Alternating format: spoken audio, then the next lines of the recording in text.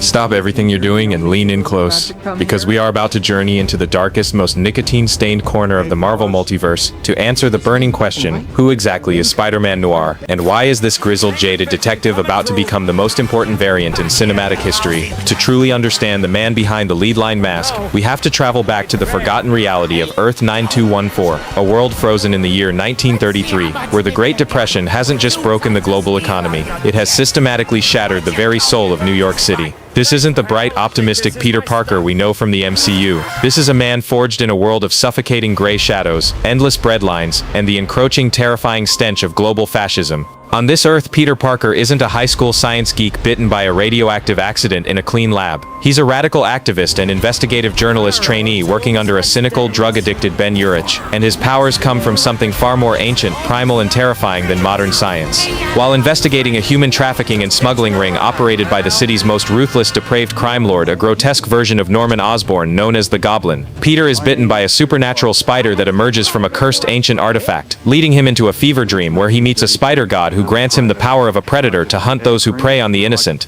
This version of Spider-Man doesn't wear bright spandex or high-tech nanotech. He wears a custom-stitched uniform made from his Uncle Ben's World War I aviator suit, complete with a heavy blood-stained trench coat, leather gloves, and a pair of flight goggles that have seen the literal horrors of the trenches in France. But what truly separates Spider-Noir from every other version of the character is his moral compass, or lack thereof. He doesn't believe that with great power comes great responsibility in a vacuum. He believes that if there is too much power, it is the responsibility of the people to take it away, and he isn't afraid to use lethal force to do it. Carrying a .38 revolver and moving with a jittery supernatural stealth, he is a hard-boiled vigilante who views the law as a joke and the police as just another street gang. We saw a glimpse of his brilliance in Into the Spider-Verse, voiced by the legendary Nicolas Cage, where his obsession with fighting Nazis and his inability to understand the concept of color became a fan-favorite gag. But the upcoming 2026 live-action series is stripping away the comedy to give us a Ben Reilly version of the character who is jaded, retired, and forced back into a world of ritualistic crime. We are talking about a character who has to navigate a New York where his Aunt May is a socialist firebrand running a soup kitchen, where the Vulture is a literal cannibal who murdered his Uncle Ben in cold blood, and where the Black Cat is a tragic, world-weary lounge singer named Cat Hardy who knows more about Ben's violent past than he'd ever like to admit. This script is a deep dive into the 2026 production secrets, analyzing why Nicolas Cage's return to the role as a live-action lead is a full-circle moment for an actor who famously almost played Superman and has spent his career chasing the unreal. We're exploring the dual-tone cinematography that will allow viewers to experience the show in authentic 1930s high-contrast black and white, the secret connections to the Spider-God lore that links him to the great totems of the multiverse, and how his existence challenges the very idea of what it means to be a hero in a world without heroes. The series, produced by Phil Lord and Christopher Miller and directed by Harry Bradbeer, isn't just a superhero show, it's a 1930s crime epic that deals with the rise of the Silvermane crime family and the secret role of the enforcers as enforcers for a corrupt mayor. He is the ghost in the machine, the man who drinks egg creams and investigates shadows, and by the time the credits roll on his 2026 premiere on Prime Video and MGM Plus, you'll realize that Spider-Noir isn't just a variant, he is the manifestation of what happens when a hero is born into a world that has already given up on hope, proving that even in the pitch-black darkness of 1933, the spider's sting is the only thing the monsters are truly afraid of. This video is the definitive history, the psychological profile, and the future of the man in the fedora, a hero who doesn't just swing through the city, he haunts it, reminding us all that sometimes, to save the light, you have to become the shadow that lives within it. We're breaking down the cast from Lamorne Morris as a young Robbie Robertson to the rumors of Brendan Gleeson playing a terrifyingly grounded version of a mob boss who thinks he's a god.